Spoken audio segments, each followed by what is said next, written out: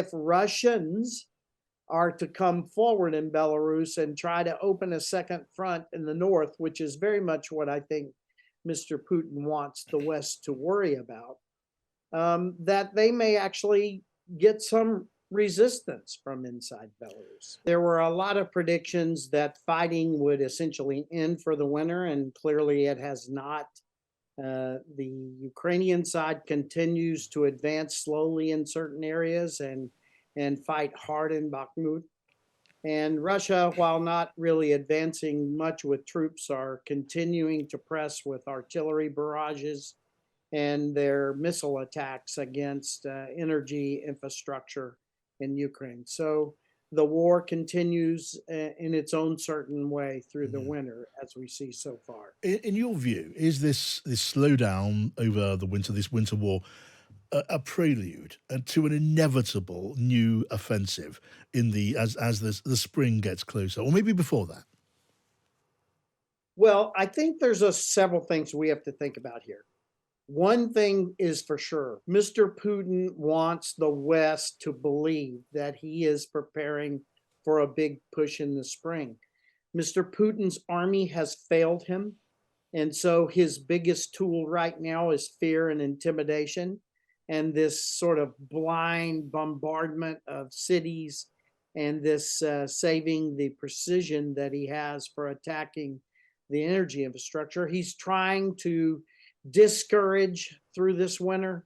He's trying to separate Western people from their governments in support for Ukraine. He's trying everything he can do to make a situation miserable in Europe and in Ukraine because his army has failed him. And now his biggest tools are to intimidate and try to change the policies of the West. Yes, I mean, Putin has been in Minsk, in Belarus, talking to the Belarus leader there.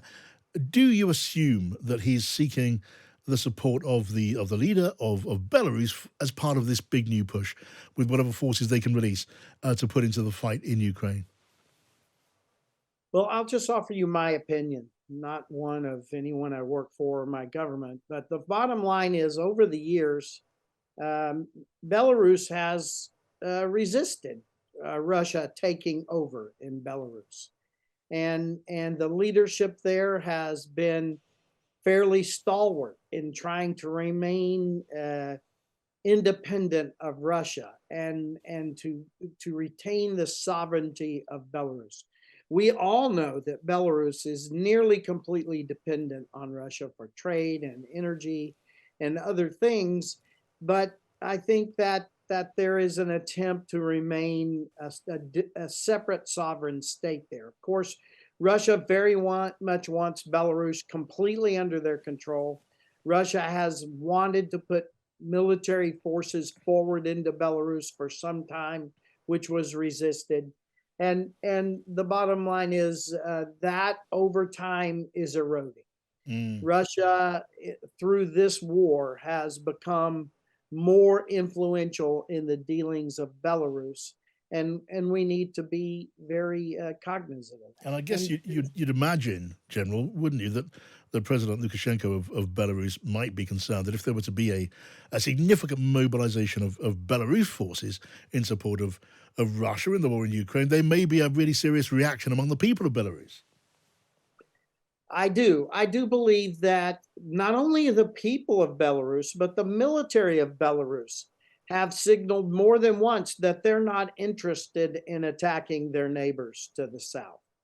And so I think that Lukashenko and others are going to have to be very careful if they try to do this. And I think that if Russians are to come forward in Belarus and try to open a second front in the north, which is very much what I think Mr. Putin wants the West to worry about, that they may actually get some resistance from inside Belarus. It won't be a military resistance per se, but it might be an underground resistance. Given the way the Russian forces, the Russian armies, have been so depleted and battered, do you reckon another full-scale assault, a push towards Kyiv, is now out of the question?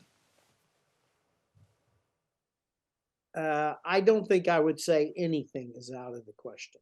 I mean, when you live in a kleptocratic or an autocratic, whichever way you want to describe it, country like Russia, and when you control the media and what the Russian people see, et cetera, I think that Mr. Putin still has tricks in his bag that he could pull out to try to increase the pressure. Now, you use some interesting terms. Couldn't even repeat them right now exactly, but you said something like a full scale or a whole scale mobilization. That's going to be pretty tough for Russia.